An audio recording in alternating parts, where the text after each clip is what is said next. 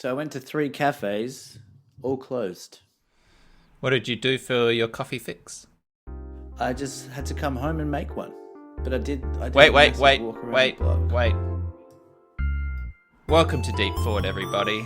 This is a Thinky Talky podcast in which two cis white guys just get to finally have their voices heard.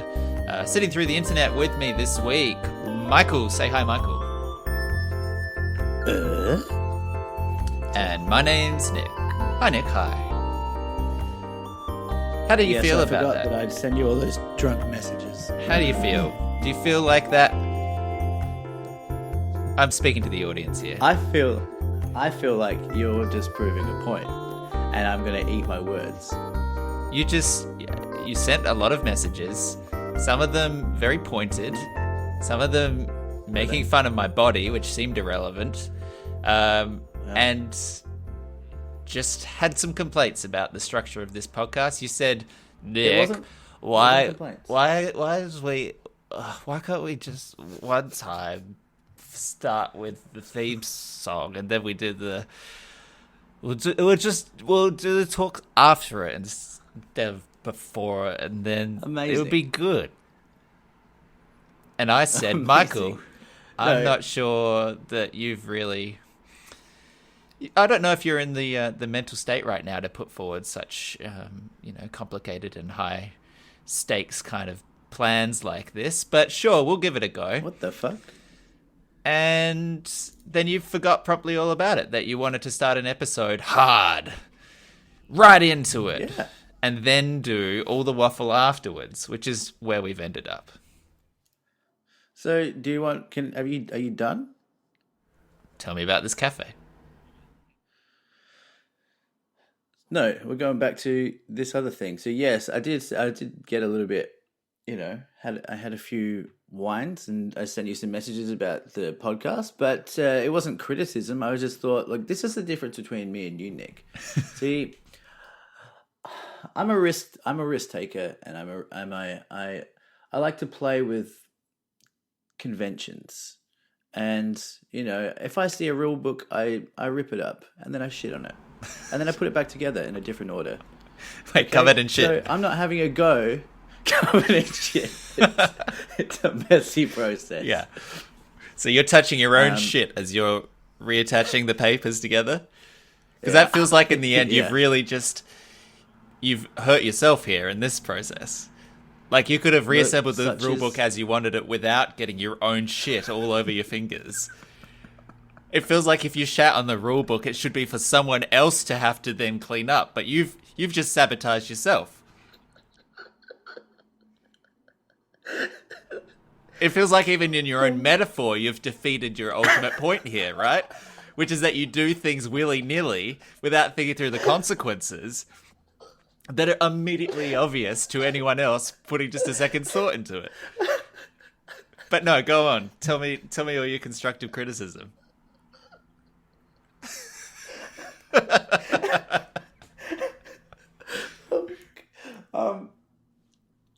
Maybe I didn't think that metaphor through.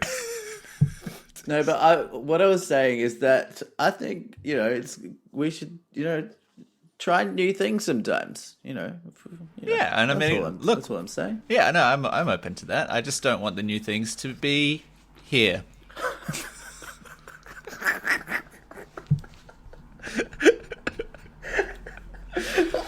I'm open to new things. I just don't want them to happen. Yeah, don't get me wrong, I love the idea of considering new things. God, nothing better than thinking through a new thing that you could try. But when it comes to implementation, I'm on a firm conservative stance.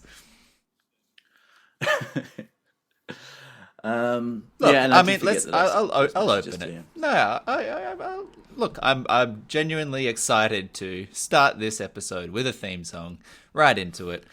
We'll see how it feels. No, because it's set up now that that was not going to work. I didn't know that at all. Work, and you did it like in a way that was like, oh no, sorry, we got to do your thing. No. I was I was the one, who actually suggested this new thing this time. I wanted to give you the opportunity when clearly you'd forgotten about it. So here I am trying new things for my friend Michael, hoping, against all odds that it works. Really, standing by his side when things go bad. Not stooping to the level of like criticism or like personal attacks, but standing in the trenches with him, holding hands as things go bad. That's my role. The older brother looking out for his younger, headstrong, kind of impotent younger sibling. Am I the younger one? Yeah. Wait, are you older than me? Yeah. When's your birthday? 23rd of May. Yep. So I'm the wiser, older brother, years of experience, just lending a sage eye to the proceedings. I would say you're more wisdomer than me. I'm also 10 days older than you. No, you're a week. Do you remember? What date was your birthday? Exactly a week. We'll always have the same day birthday. What date was your birthday? 23rd of May. Okay. I'll give you that. Our birthdays will always be on the same day. Isn't that cute? That's cute. Except until the in rest leap of time. years. Yeah. Don't agree with me. That doesn't make sense. That was a test and you failed. No. Well, I don't really understand leap years, but I saw that there was a couple of people saying that because there's a 29th of February this year. Yeah. That they're saying, old Gramps is turning 16 this year. Yeah. What do you think so you do? cute. Okay, let's talk. No, yeah. Let's talk some serious business for a second. You're born on the 29th of February. Okay. Fuck that. You're not going to pretend that you're 16 till you're like 80, right? You're going to have a birthday every year. You're going to celebrate. Here's my question. Do you choose to celebrate on the 28th of February or on the 1st of March? Ooh. I'm going to go 28th of February. That's the correct choice. Yeah, that's the correct choice. Is it? Why? Put it this way, right? You're a February baby, right? You're born in February. It is wrong. It is against God's laws to then celebrate your birthday on the 1st of March. Yes, technically, it's the day after the 28th of February. Okay, sure. You're not a March baby. Stay in your lane. You were born in February. You don't get to choose a March date. You celebrate on the 28th of February like every other rational human being. Okay. Here's the other argument for that. You get your birthday a day earlier. That's true. Yeah, comes quicker. Just realised my window is open, so now I've closed that. I was enjoying the window. What temp is it at the moment? Oh, balmy 23. 20. Ooh, I got 20 17. Degrees. Ooh, I'm warmer About than the you. same. Yeah, global warming. You seem like you're in a crazy mood today, Nick, I gotta say. You're belching, you're going on weird rants and stuff. Is this what you're like before dinner? This is what happens. You eat. Yeah, this is me. I don't get to I'm see. getting hangry. I've got places to go. This is me with like drive and dedication. Yeah, cool. This You is get what a I'd be spring in like. your step for once. Yeah, this is what I'm like if I was like going to a metal concert. Yeah.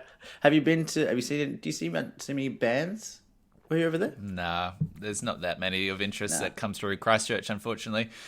Most of the Really? touring acts go through Wellington or Auckland or something like that. So if it's a one I'm really interested in, I'll fly up for it. But yeah, generally speaking, there's not that much that comes here.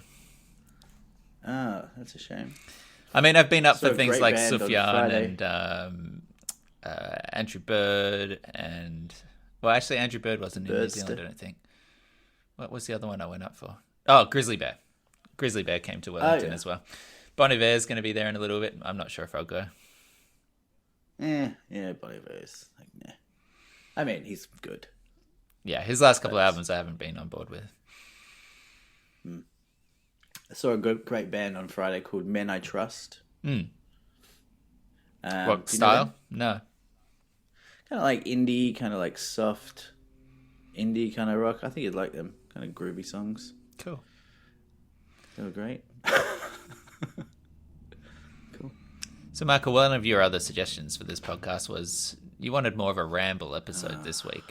So I'm up for a ramble. I'm just setting our audience expectations that this is a skippable episode.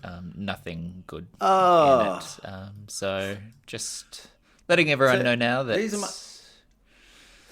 we're peaked. We have peaked. No, okay. Let me give you my thoughts on that. Okay. First of all, look, I like having a topic every once in a while, but once again, we should mix it up and have a rambler. And also, okay, here's one thing. Who really gives a shit what we think about any particular topic? The draw for this podcast is the fucking banter, dude. I mean, the jokes, the zingers, the one-liners, mostly from me, the chemistry. That's what people come here for, and they stay to be informed. And that's usually you. So that every once in a while we should have a rambler. And I got stacks of notes. I got too many notes. Okay. I had to embolden some. You had to embolden. Yeah. To make them really wanted to stress. Stand out. Well, yeah. I think ultimately by the end of this podcast we should aim to have a really big fight. So if there's something there that we can like properly butt heads over, or can it still be a fight if we pre-plan it? Yeah. Okay. Yeah, I can say ahead of time that I'm gonna try and push your pressure points. Is that a saying? Yeah, that's not a saying. It sounds very relaxing actually, because that would probably release the tension and make me feel a lot more relaxed. And then I'm gonna punch you. Oh, okay. Well, maybe that's a good hook for people thinking, is this episode going to go anywhere? Well, stay tuned, because by the end, massive fight. Doesn't matter. Following on from last week's episode on the coronavirus, right? So yeah. I actually thought it would have blown over by the next pod, and now it's like doesn't look like it's blowing over. Yeah. And we're looking to buy flights to Europe, and we're looking to buy flights out of Italy. And now we're like, I don't know. Now we're like trying to play this guessing game as to whether the whole thing's gonna blow over or and this was like in September. Yeah. So we don't know if we should book flights there or not, but it seems like it'd be fine by then, but then who knows? My mum's cancelled a trip to China from this year that she's now not going to go to.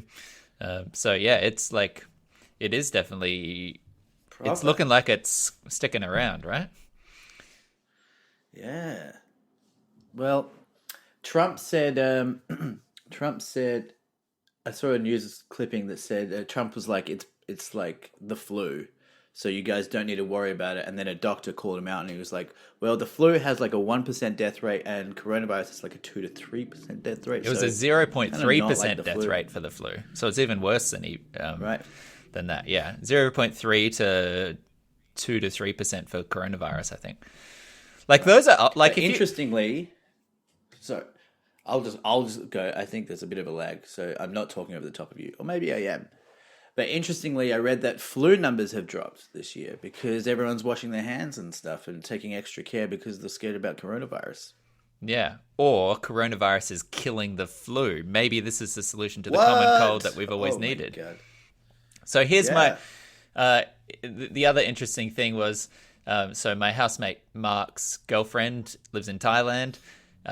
She's for several months now, we've known that she was coming over in April to see him and stay here for a little bit. But she keeps having to change her flights to try and get back here, because if she goes through certain cities on the way out, then on the way back home, she'll have to enter quarantine for a couple of weeks after returning to make sure she didn't pick anything up.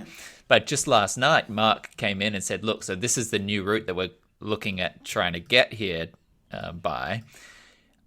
Just FYI, is everyone still cool with her staying in the house? Because there's a non-zero chance, right, that she is going through an airport from Asia. There's a non-zero chance that she could come here with coronavirus. Is it okay if she stays in the house? And it's an interesting kind of question, isn't it? Like, the rational brain says, well, the chances of us, of her getting the virus are fairly low, and then the chances of us getting it if she were to come here is fairly low, and the chances of us dying if we did contract it is fairly low. But it's also quite a literal, practical problem, right? And it's hard to predict in a month's time. Is it going to be better, or is it going to be much worse? What are the odds going to do in a month? Yeah, and it's like what you said. It's like what you said last week, last episode. What would it take for you actually? What would it take for you to actually start thinking about this thing? And then I think even 2 weeks ago it was like, it's not going to be a thing.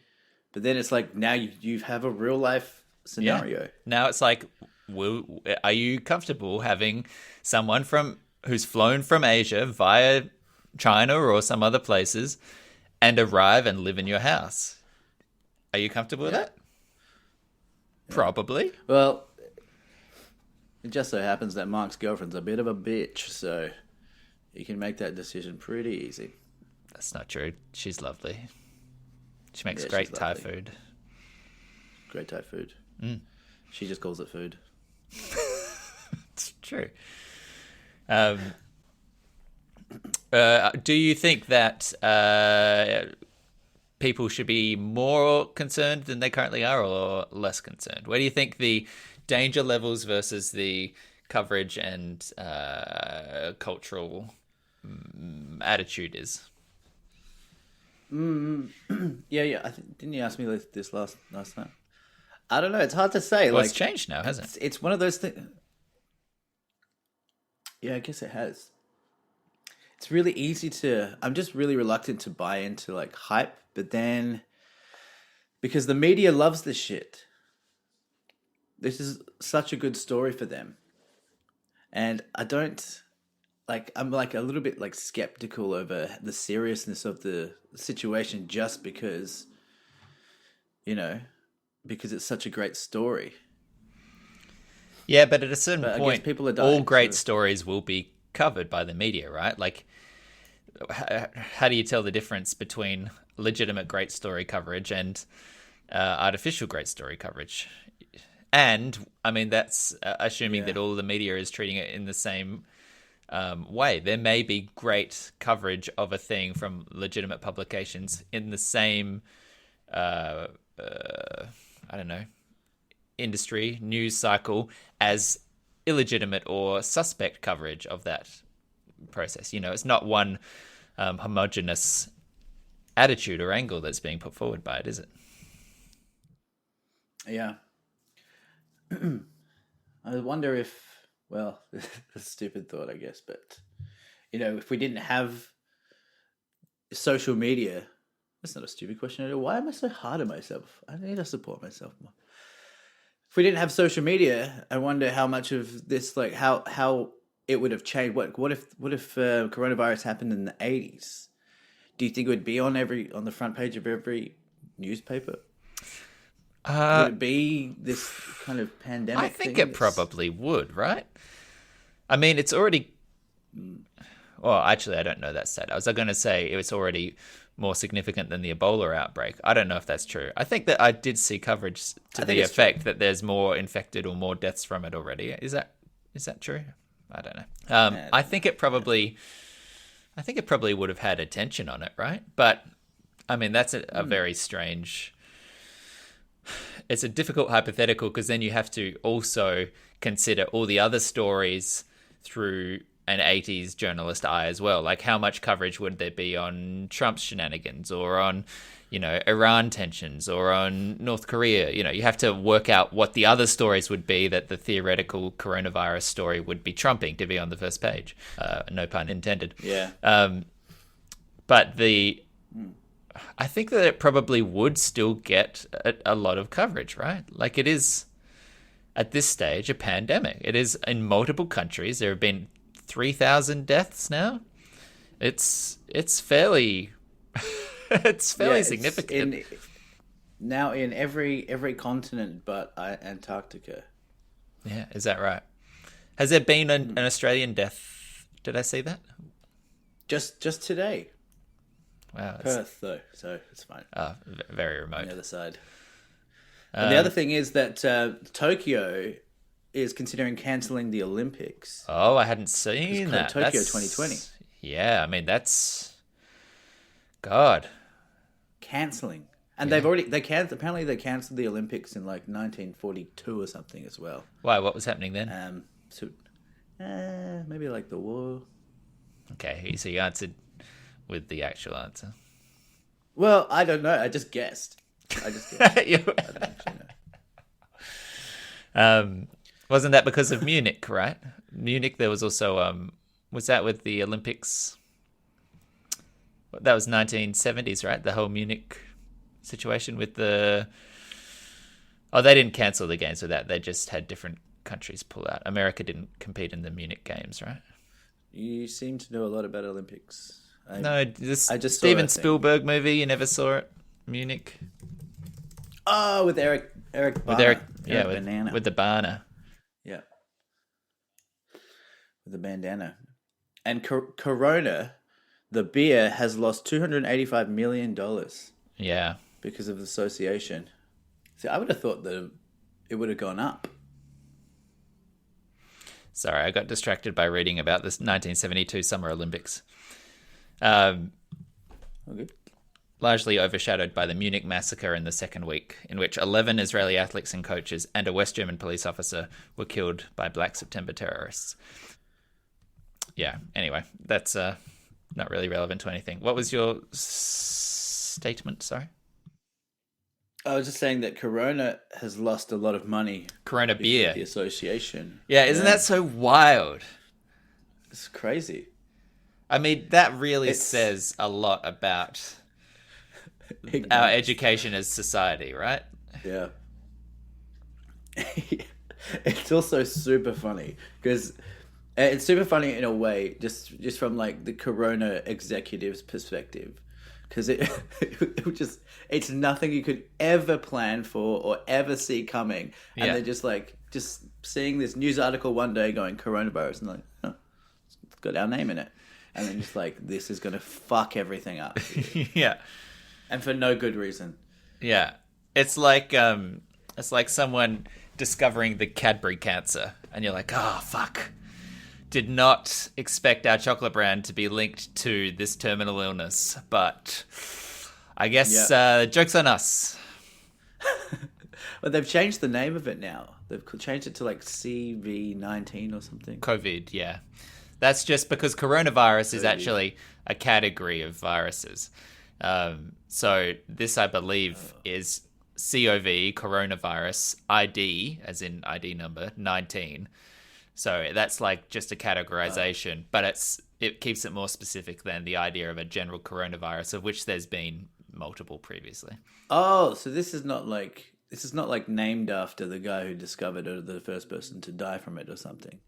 It was named after the beer that caused it. When someone shoved a Corona bottle up their ass. Yeah. And then up a bat's ass, and it was all just... escalated from there. When someone fucked a Corona. Yeah, I don't actually. I'm not sure what the distinction between 19 and previous coronaviruses, but I think SARS is also a coronavirus.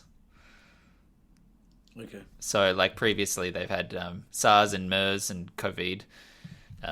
They're all sort of types of a coronavirus, but that distinguishes them from each other.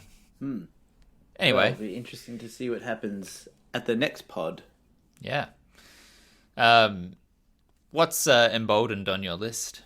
I had a thought the other day. What do you think about this? That the smell, the smell of freshly cut grass. Yeah. That's like a completely new smell in terms of human history. Do you think? Why? They would not have. They would have noticed. They wouldn't have had the smell of cut grass up until very recently in human history, Why? because they didn't have anything to cut the grass with. How recent are You you know, defining on as... a large scale? How recently are you defining? Maybe last 500 years. Okay, so it's not super recent, is it? I mean, what's a scythe? Well, what's a scythe? Yeah. What's that? You don't know what a scythe is? A sieve? A sieve? No, a scythe. You know, a curved blade, like the Grim Reaper. Ah, is that what that's called? Yeah, a scythe. I was calling that curvy blade. Yeah, it's weird that you, at age 30, have never encountered the word scythe before, but I suppose let's just leave that as a taken. And do you know what they're for? Cutting things. Yeah, mowing grass. And do you know when scythes came around? Okay. 5000 Are you gonna tell BC. me? Are you serious? Yeah. Well, there goes that theory. Wasn't a great theory. Well, I was walking down the street and I smelt the cut grass, and I was like, man, Oh, I'm 420. one of the first humans to smell this. What a place of privilege we come from. Okay. I got a unemboldened thought from my brain. Okay. We're talking about this yesterday. What is real?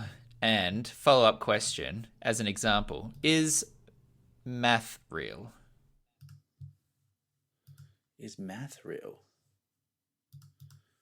I think I missed the first part of that. The first question was broad.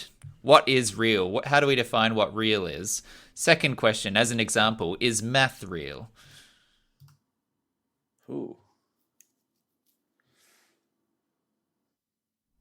Michael is looking pensive, staring out the window with a finger on his lips. Thoughts are rattling around in that brain of his. I don't know. I don't know what is. I don't know what's real. I don't know what's real. I'm almost tempted to take away the philosophical argument as to all of our lives are subjective. We see through and exist purely by our own senses. We don't really know whether anyone else exists or whether the rest of the world exists or that kind of thing. I want to take that and put that aside. I want to try and hone in on, if we assume that, you know, the world exists, blah, blah, blah, we're not in a simulation, blah, blah, blah. What is the difference between something real and imaginary? Tables. Are tables real? Tables are real. Why are tables real?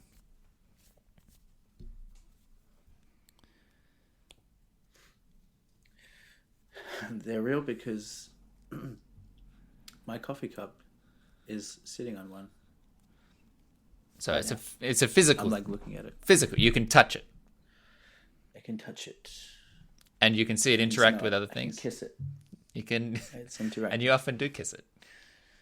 I usually do. Just quietly at night, you say, "Nice work, table. See you in the morning." Love you, Tabby. Your name is Tavy. Tabby. Tavy. Tabitha. Tabletha. Yeah. Okay, so Sometimes I will do that. Every now and then I'll just be like talking to Emma, and then I'll just like, as she's talking, I'll just go up to a wall and I'll just kiss it, and not acknowledge why I've kissed it at all. Just kiss it, kiss a wall mid sentence, and she'll just be like, "What the fuck are you doing?" I'm like, "Just go on with the story." That is truly insane. Why? Yeah. Just to fuck with it. Yeah. Just like, I'm listening, go on.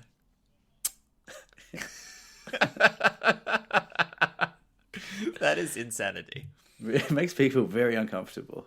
Yeah. And I'm not confused. surprised. Yeah, I'm not surprised in the slightest. Is math real? Is math real? Math has got to be real because physics have got to be real. Right? It's an interesting question. So if you define real as something that exists in the physical world, right? A table is real because you can touch it. It's made of atoms. It interacts with things. Is mathematics real in the same way? Can you touch maths? But maths is just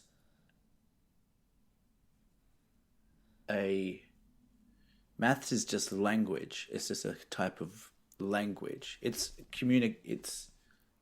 communication between us and the physical world.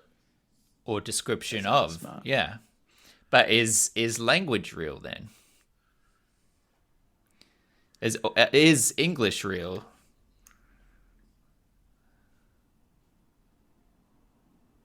Yes. Everything is real. Everything is real. Everything's real. Are unicorns real? The idea of unicorns is real. But what's an idea? Can you touch an idea?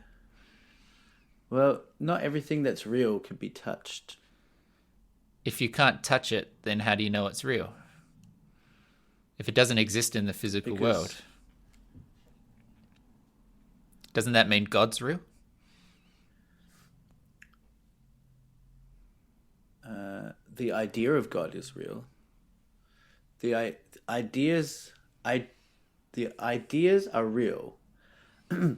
I came up with a quote a couple of years ago, and let me just remind you of this. And I think it's pretty fitting here. The quote is, "I think, therefore I am." Mm-hmm. It's got a nice ring to it. Succinct. On a bumper sticker. Yeah. Or a tramp stamp.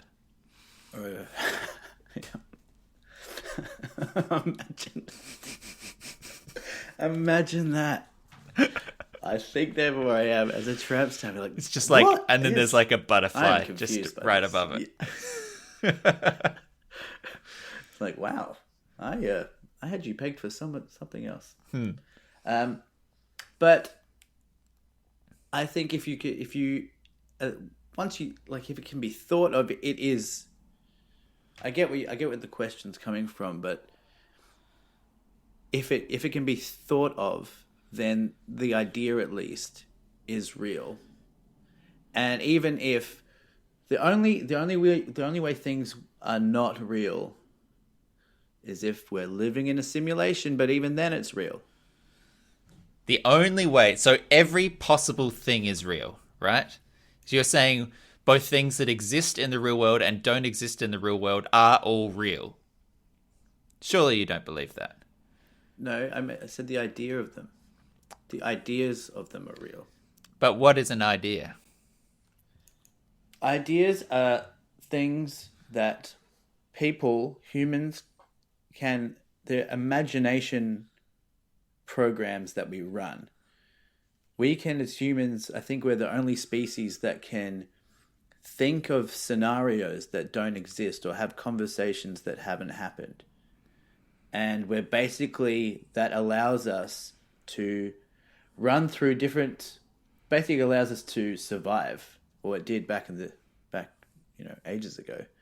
So we can run different scenarios through to help us prepare for events that might happen in the future. So it's a survival technique. So ideas are a byproduct of that. But they don't exist in the physical world. No. Do they exist in specific brain cells? Could you transplant an idea biologically from one person to another? Or is all language effectively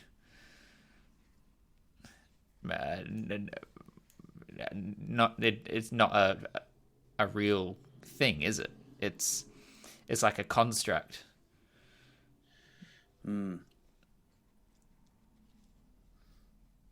They're like tools. Yeah. Is the color red real? No. Color red is not real. But isn't red a wavelength of light? Can't you point to a wave and say that's real? The wavelength is real, but the objective definition or labeling of that wavelength as red is not real, because that's not an objective. That's not objectively red. But that's just like a language definition. That's like French people calling something one thing and English people calling it another. You can have a name for that wavelength, but that wavelength exists objective of humanity, right?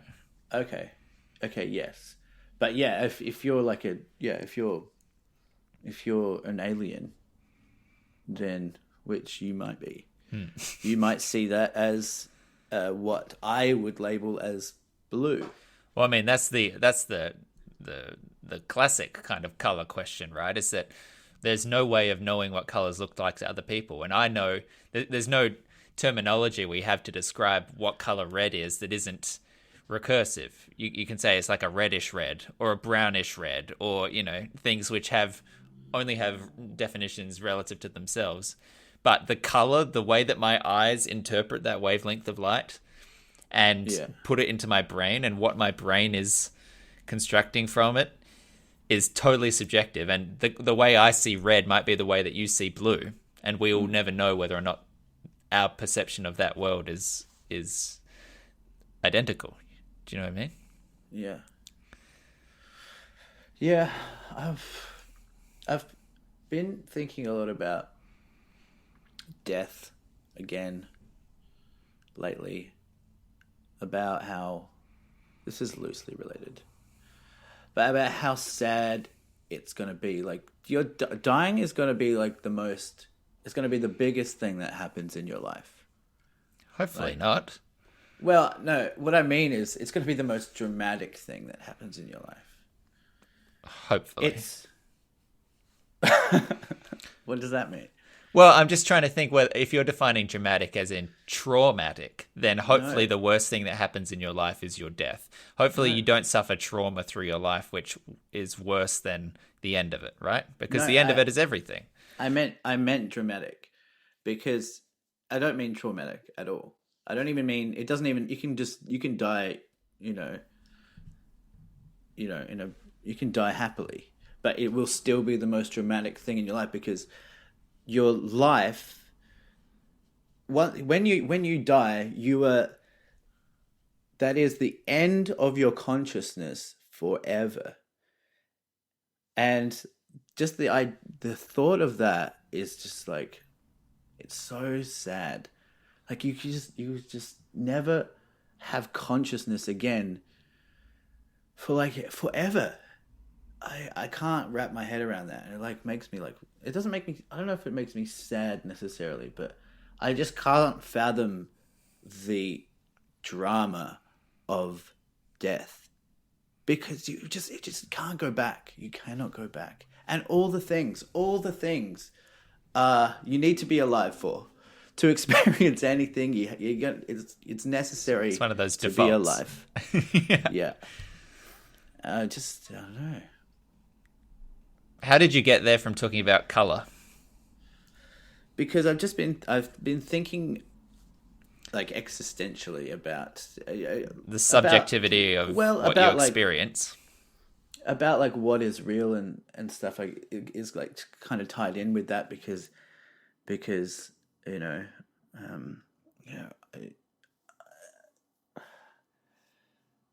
don't know. I'm just like, I don't know. I get really like caught up in this shit a lot, and I don't really know how to. I know I'm not expressing myself very well now, but like, even when I was walking to go get coffee before, it's like, I can't walk down and get a cup of coffee without having like an existential crisis. I was just like watching this fucking bird, and then I was like thinking about the fucking grass and the smell of grass, and like why people live in homes and stuff. And it's like, it's too much. It's all too much. It's really interesting that you're paying attention to that kind of stuff, right? Like that most people would walk down the street and not have those thoughts, right? But everything you see can be thought about and examined in a way which leads to that kind of self-examination or philosophical exploration, right? So I'm curious as to if there's been a reason why that's on your mind more. Is a change of circumstances this year? Are you thinking about career or life or stuff, or is this just something that you've been reading a lot of or listening to a lot of podcasts about, and it's now just like in your head at the moment? I'm actively listening to just comedy podcasts at the moment because so that I'm not thinking about this stuff all the time. Huh. But I think I don't know. It's just I think we get to 30 years old and we're kind of like now our youth is kind of disappearing from under us, and now we're getting into like that middle part of life, and you're trying to work out what you're going to devote your life to, and whether and if you think that there's going to be we're going to live for 80 years or 100 years and then there's going to be nothing and you're never going to have consciousness ever again, then what should you devote your life to? And should you, wasting it is wasting your life doing things that you don't love doing is absurd. I agree. But it's sometimes unavoidable. It's unavoidable. That's it. It's unavoidable. You can't. You have to do things. It's not doing day-to-day things that you don't like. Like cleaning the house and stuff. You obviously have to do those things, but on the like just falling into like a job that you don't really like, or not pursuing creative endeavors or things that make you happy is the biggest shame. Would be the biggest shame. And I mean, I think there's an argument to be made as well that when people have those pressures taken away from them, i.e. billionaires who don't ever have to worry about their financial security, don't ever have to do anything they don't want to do, don't have to clean their house, don't have to interact with the annoying clerk at the coffee place, don't have to sit next to someone on the bus. When you take away all those things, you actually create a really weird person, right? Sure. Like, exactly. It's this weird kind of catch-22 where all you want to do is get rid of the annoying things so you can focus on what you want to do. But then when you get that opportunity, all of a sudden your frame of reference disappears and what you're doing is no longer going to make you happy, or you don't have the context to see how lucky you are or privileged you are or understand the rest of the world around you anymore. Like I don't think you can have it either way, right? No. And how many people before us have, or even now you have to, because they have kids or whatever, work 60 hours a week in a factory or whatever. And then even not even now, like the billions and billions of humans that have existed, that their consciousness was alive and then now it is not. Now they're in the spot that we will be in, later, like in 100 years, which is not that far, we won't have consciousness anymore. And those people that were born in like 1750, they were alive, they had lives, they spoke, they had friends, they did things, they had interests, and now they don't have any of those things anymore, and they never will again. And they're completely unknowable. And no one knows who they are. And they would have, and a lot of those people, especially, I'm just thinking of medieval times or whatever, but people devoting themselves to a cause that they just had to do. They had to work. They had a shit life. They probably lived for half the amount that we're going to live to. I mean, life is so fucking like hard. But isn't that and it's good for us, and it's good for us. Imagine being a fucking bird. That would suck, being a bird. every fucking day just looking for shit to eat Unless you're an eagle, and not die. that'd be pretty badass. Then you can fly. Then You go can in the fly, mountains. okay, Yeah. and you got like Yeah, talents, you and you can be like, ah, Yeah. yeah. Yeah. Eat the- snakes sometimes. Sometimes you can eat a snake, Yeah. but you can do that as a human. Get to be on a flag. Oh, no, that's not really you. Not though. ideal. Yeah, it's more of a picture. You I get to could be on a painted flag. onto a flag. I could be a flag. You are on a flag. You are Oh on a yeah, flag. which flag? It's. I don't know where I was going with that. I don't have a good ending.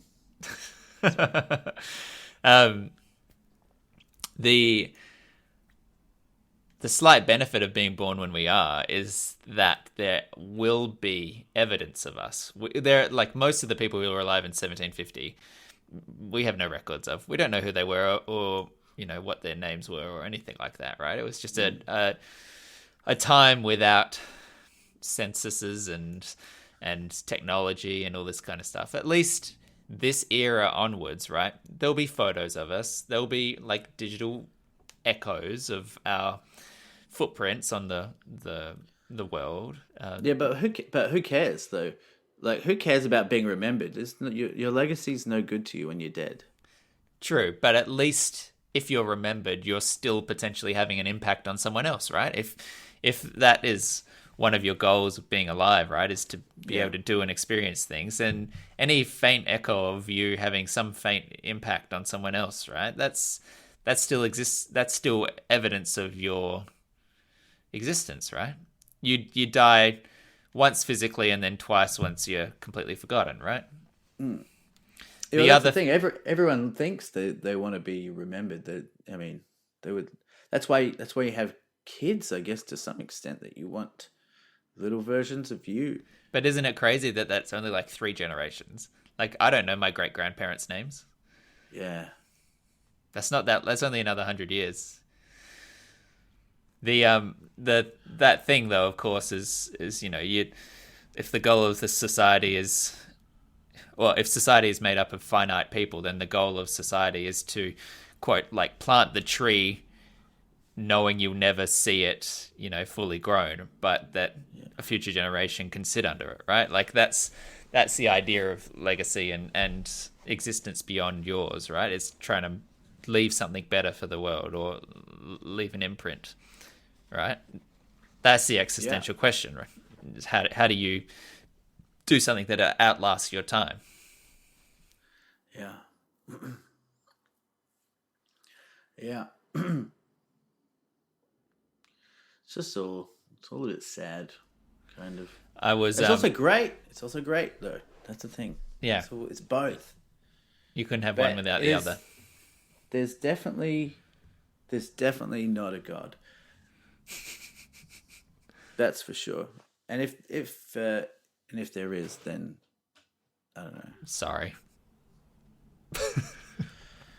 I was watching the final half of the final season of BoJack Horseman last night, and it was fucking brilliant, and it was also very existentially, like, dark and bleak and terrifying, and it was amazing. So if anyone out there is looking for a bit of a sad but funny but enjoyable watch, then I will recommend BoJack Horseman because it's brilliant. Yeah, I'll get to that last season soon.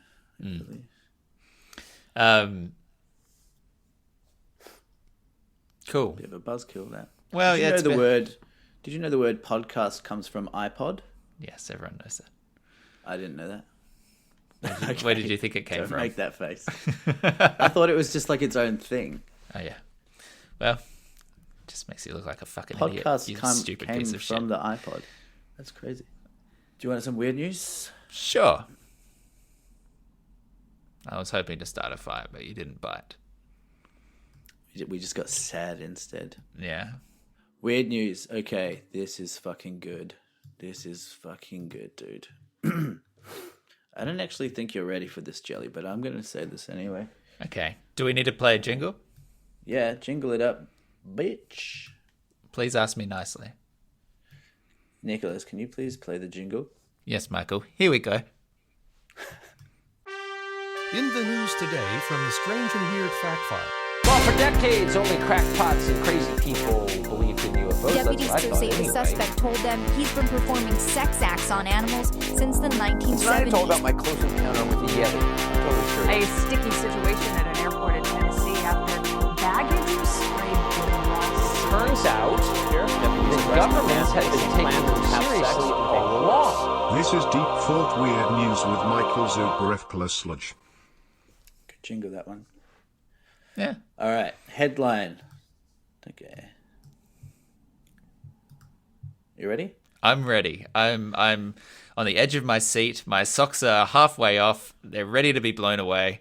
Let's unleash this bomb. Headline. Dwarf Gordon Ramsay lookalike reportedly found dead in badger den. Okay, good. Good. All I like right. where this is going. So, there was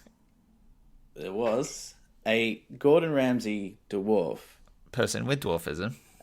So he was a working actor, and his kind of thing was that he looked like Gordon Ramsay, but Good. a smaller version.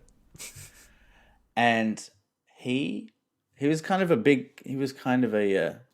he wasn't well known in Britain, but you might have seen him on a couple of shows. He was fine known.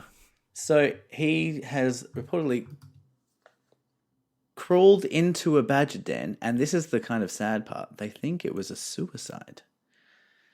They think he purposefully crawled into a badger den, and badgers are notoriously vicious animals, like fucking vicious, and was mauled to death. This sad. article by Huffington Post is, I don't know. It's they haven't really tried to be delicate about the whole thing, and I'm not even going to repeat it. But they've got the word "little man" comes up a lot. So, I mean, I don't think you need to know much more than that. Do you want to know anything more? It's just kind of sad. It is kind of sad. I mean, that's a real choice, right? Yeah, For suicide. that's a real. I want to go, but I also want it to be painful and weird. That's Here's the other thing. He was an adult film star apparently as well. So yeah, Percy Foster was his name, gnawed by the animals. Yeah, I should say first of all as well that this was presented to me by Fee. So thank you, Fee. classic face story. Also send in if you've got some weird news, send it to me personally. Nick doesn't let me access the Deep Thought Gmail, so just hit me up on Facebook. It's not true. So yeah, I mean that's from 2011. I got to be honest. Okay, so but- this is not news, is it? No, This is weird history. well, it is news. It's not. It's not news. It's just not recent news. Does But news no, need if to it's be? not recent, then it's not news. It's in the word. Any news is good news. Apart All from- news must be recent. Otherwise, it's just data. It's just history occurrences. Oh, I heard some weird news. Germany's invaded Poland. That wouldn't be weird news. That's just expected news. That'd be war news. Oh, that's war news. That's war news coming soon. Great. Yeah, but Gordon Ramsay was devastated by the news at the time. 9 years ago. 9 years ago, he was just devastated. Today, he's probably fine. Today, he probably doesn't think about it at all. He's probably over it. Yeah. He's probably like, who? Yeah. Oh, badger death. Yeah, badgers. Yeah. Yeah, imagine that. I mean, that's a legacy. That is a legacy. That's a nice little, wrap up of death. Imagine losing the consciousness forever via badgers. And that's the other thing about death, Nick. That some people So you know, I imagine sometimes that who has been the most terrified ever? There's got to be one person that has been so scared, like just before they were going to die, like I don't know, they woke up and there was like a man there and they started like chopping off their arms or something. Imagine that terror. What am I doing? What am I doing? Yeah. There's also had to have been someone who was the happiest ever, right? And I'm assuming that's probably like both of these cases, there have to be like biological, like chemical imbalances, right? Like the most scared person, the most happy person, there's got to be like actual chemical causes to that, right? But someone had to be like the happiest person that has ever existed. Like in a moment, they were the fucking happiest. Yeah. Oh, maybe not. Do you reckon there's a hard limit to how happy someone can be? Yeah. Everyone Probably could maybe reach that. Yeah, I think probably. And same for the other way. But they're still like they're still up there. There's a bell curve. And I remember you said something once which is interesting, that if there was like a if there was like a heaven when you died, it would be really great to get like all the stats from your life, like a Spotify wrap up. Yeah. Like how many times people looked at you and thought that they would want to fuck you. Yeah. And like all that, you just that's heaven, just like a data spread. Do you think that there'd be like little awards given out, like, and you were the 198,000th happiest person ever? Here's a badge. I would love that. I would love that. And I'm picturing like just a little paper hat, like you get out of a Christmas bonbon, and you just get a little hat, and it's like, you did a pretty good job. What ones would you want to know? Number of kilometers walked. Okay. You could probably find that out. Number of I want to know the total combined length of all of the fries I've eaten in my lifetime. Would it reach the moon? Follow-up question. And if so, would it reach the moon? Probably not. I think that's like, what, 200,000 kilometers? How far away is the moon? I mean, you eat a lot of fries. Yeah, that's a lot of potatoes. A lot of pototskis. Well, on that note, if you've enjoyed, I'm just gonna try again. How about that podcast? Gosh, brilliant! I liked it. If you did, then jump onto Apple Podcasts and just rate it 5 stars. Give us a nice thumbs up and a zippy little review. Michael has put a sad emoji on the Skype chat. But don't let that dissuade you. Thumbs up. Okay. And then, if you want to be part of a community, we're all just idiots blundering through life, trying to find something that means something and discover what is real together. Find other people like you at facebook.com/deepfort, twitter.com/deepfort. Send in those existential worries to deepfort@gmail.com. Listen to a jingle to make yourself feel better at SoundCloud for Deep Fort.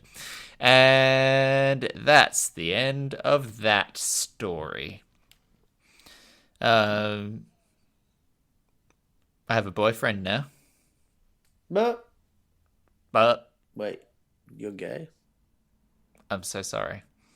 But after years of pining after you, I just decided it was better to cut my losses and go out and find someone who was interested back, That's really nice. He seems nice. From his Facebook. Seems really creepy nice. Fucker. And I love his Instagram as well. Big fan. How's that going? It's going good. It's been a couple of months now. Yeah. We just met on the old Tinders. We hang out. Grind it. No, just regular old Tinders. Okay. And I just thought I would let you know Thank you for publicly telling me. Okay. for public consumption. What color are his eyes? Don't know. What's his favorite food? Don't know. What's his name? What's his star sign? Oh, Aries. Aries. Yeah. Hey, I got a question for you. This is related as well. Uh-huh. Why can, and this is my, I hope this comes right, but I was thinking, okay, I need to be careful about this. No, maybe I don't. Oh, God, I suck. Okay. Why do you think that some gay men are, why do you think, like, they're like, some gay men are We've talked about this before. Go Have back we? and listen to old podcasts. What was the answer? I don't remember. I think it's like half cultural, Is it like half... is it signaling? It's signaling, but it's also like learned behavior a little bit. Like some people do have feminine, if homosexuality is effectively femininity in some ways, then adopting more feminine speaking traits or physical cues is potentially biological as well, if it's due to testosterone or estrogen levels, that kind of thing. But at the same time, it is a signaling thing. It's a learned behavior. Some people can be camper or less camp, depending on their social situations. It's just a complicated melange of influences and needs. Did you say melange? Yeah. I'm going to Google that. Molange? Melange. Melange. Melange. That's good. I'm happy for you. Thank you. It has been an unexpected delight for the start of this year. Turkish delight. Turkish delight. Nice. Taiwanese delight. Have you been in a long-term, or not a long-term, but have you had a relationship before? This is the longest relationship I've ever had. Ooh. 2 months. And what are your fears? The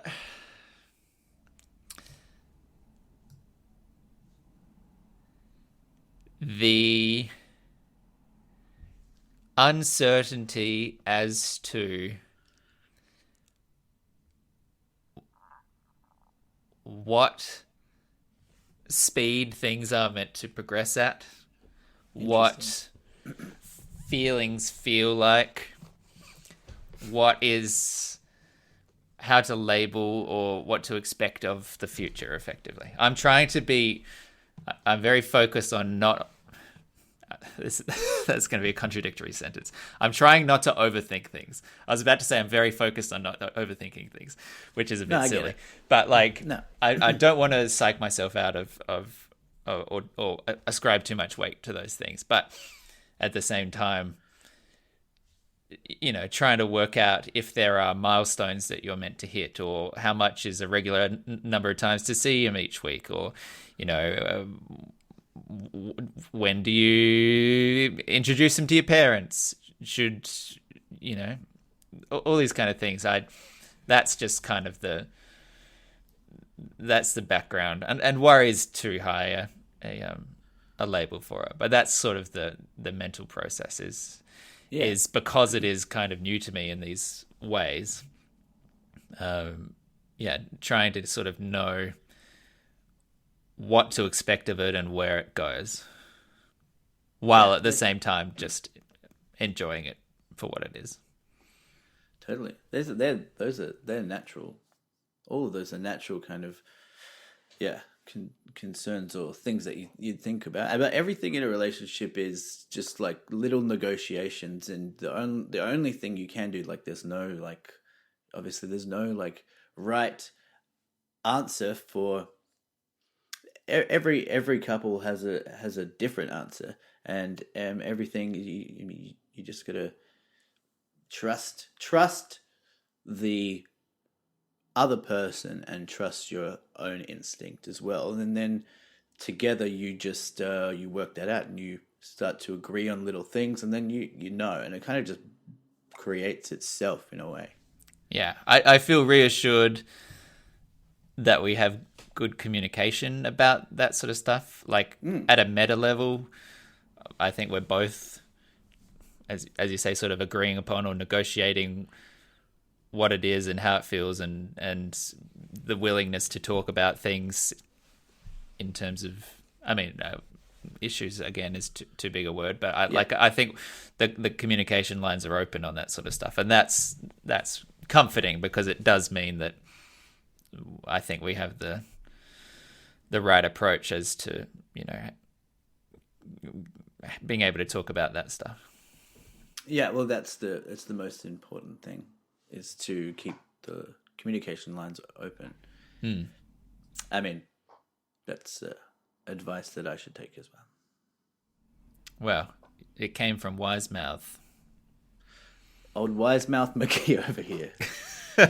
Wise Mouth Mickey. That's what we always called you. Wise Mouth Mickey. Yeah. Hey, life is good. It's good. Don't know if we've got an end here, so maybe I'll just say end. We'll just cut it there. Did you ever fight with a werewolf, by the way? I'd prefer to talk that off pod.